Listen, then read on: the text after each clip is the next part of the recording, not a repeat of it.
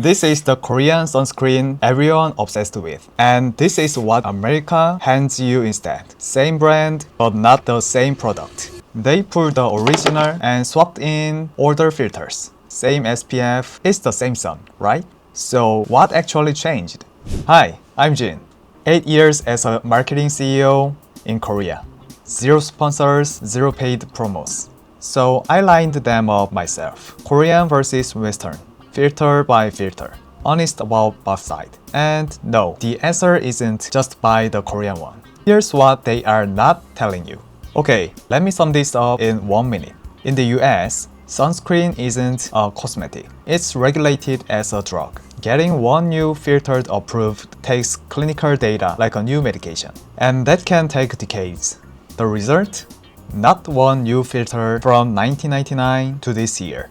Europe, Korea, and Japan had modern filters the whole time. The US just couldn't use them. So, Korean brands had a choice. Reformulate with FDA-approved filter or skip the US entirely. Beauty of Joseon has done both. That's why your favorite kept disappearing and reappearing. Fans have been confused for years. Now the fresh part. 3 weeks ago, on June 9th, the FDA finally approved a filter called bemotriginol, the exact core filter that made Korean and Europe sunscreens good, first in 25 years. But what got approved is the ingredient, not the product.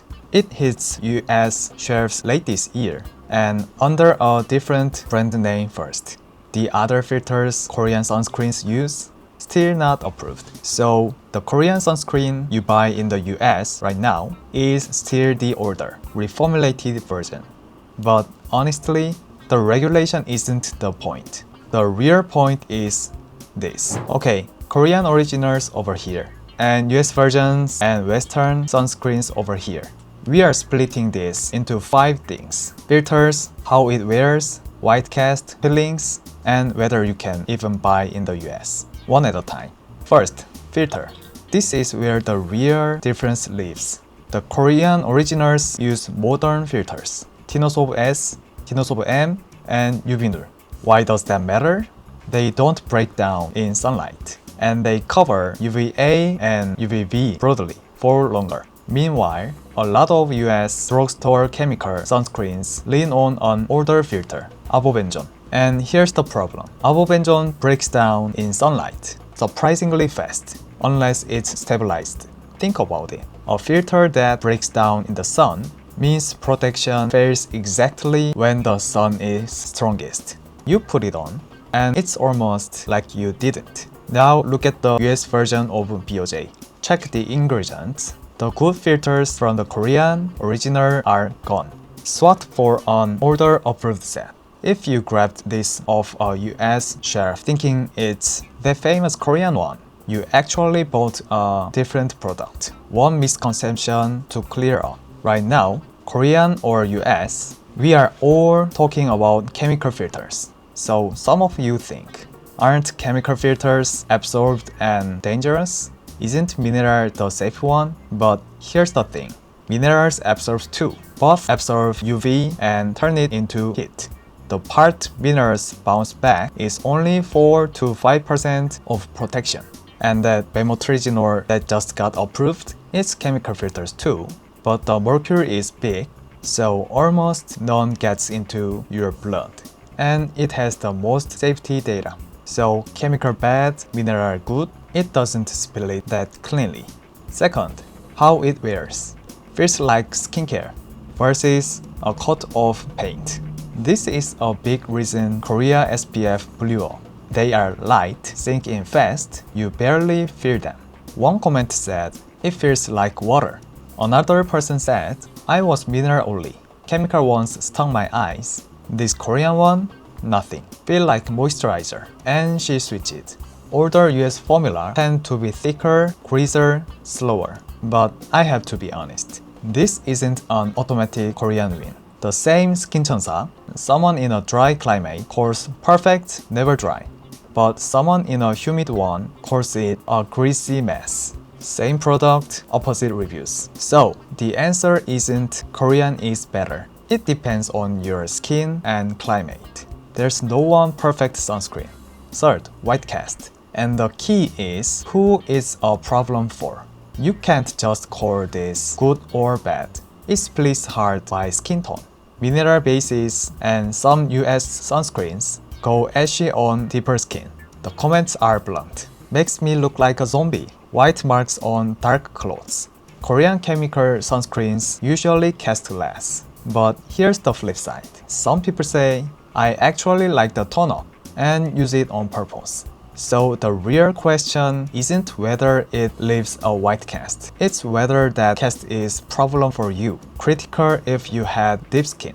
A plus if you like the tone-up. Fourth, peeling. And of course, being Korean doesn't give it a pass, even beloved ones. Like BOJ, Aquafresh, and COSRX, a lot of people say 2 hours in, it pours up like a rubbed-off mask. It rolls.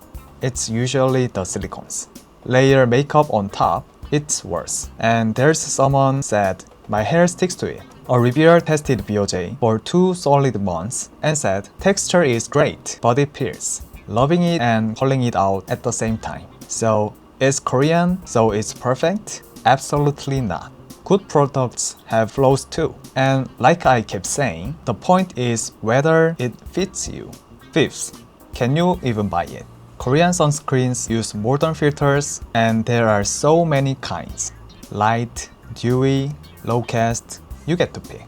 So many of you, especially for daily based sunscreen, have already found your match in a Korean one. Honestly, I'm gutted Korean's sunscreen got hard to get here. So the comments are genuinely heartbreaking. My blue skin chansa is gone. I'm devastated. I begged friends going to Korea to bring some back. I stocked up 6 packs on sale, spent $500 on foreign sunscreen this year, and customs was hell. And the kicker, even buying direct, the tariffs make it pricier. Lose-lose. This isn't people being dramatic. They finally found the one that fits, and it slipped out of reach. The good thing taken away, and the one path left got more expensive. That's exactly why those 5 comparisons mattered. You saw with your own eyes why Korean ones are good, and where they fall short. Watching all this, did this cross your mind? So sunscreen strength differs by country? Then shouldn't I just grab whatever the strongest country makes? This is where so many people get confused. But no. The strength of UV protection isn't set by country. It's set by the SPF number. Korean SPF 50 or US SPF 50. If the label's the same, protection's tuned to match. Someone in the comments scoffed, it's all the same sun, right? Honestly, that's half right. Sure, the amount of sun differs by country. Closer to the equator, it's stronger. But you don't solve that with which country's sunscreen. You solve it by asking if you picked the right SPF for your activity and environment. So what was that filter difference earlier then? That's not strength.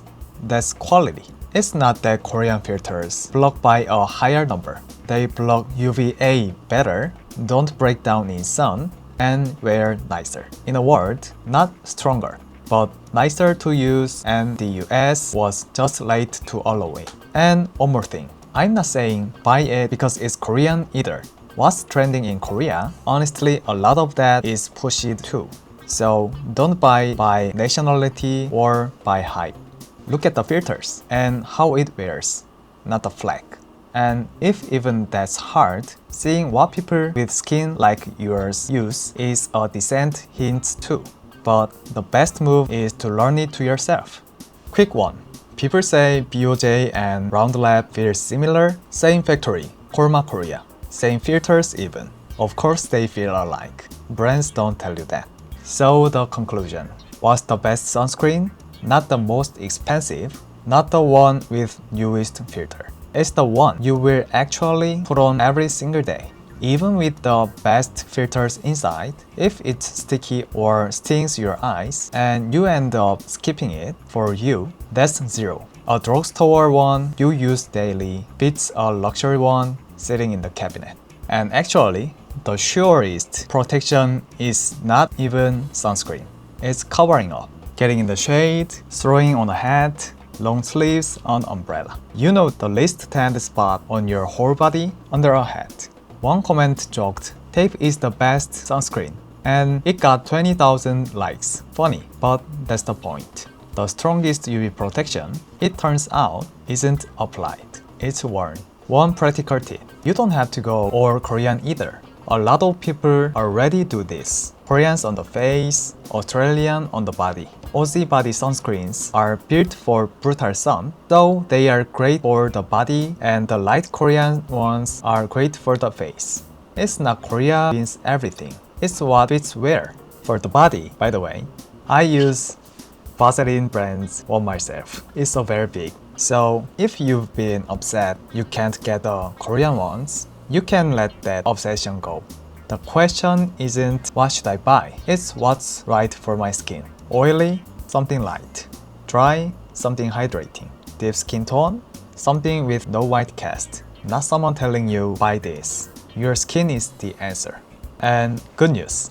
Now that this filter's been approved, the gap is already starting to close. Proper versions are coming to the US soon. So even more reason don't panic buy overpriced imports. There's no rush at all. Okay, last thing. Today, I focused on why it disappeared and what's actually different. But there's one thing I left alone on purpose. So how do you actually use sunscreen?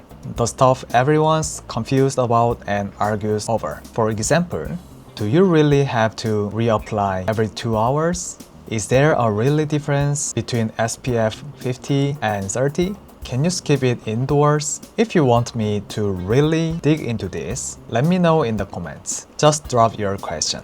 The more you ask, the faster I make it. I will turn what you are actually curious about into the next video. Thanks for watching all the way through today, and I will see you in the next one. 안녕!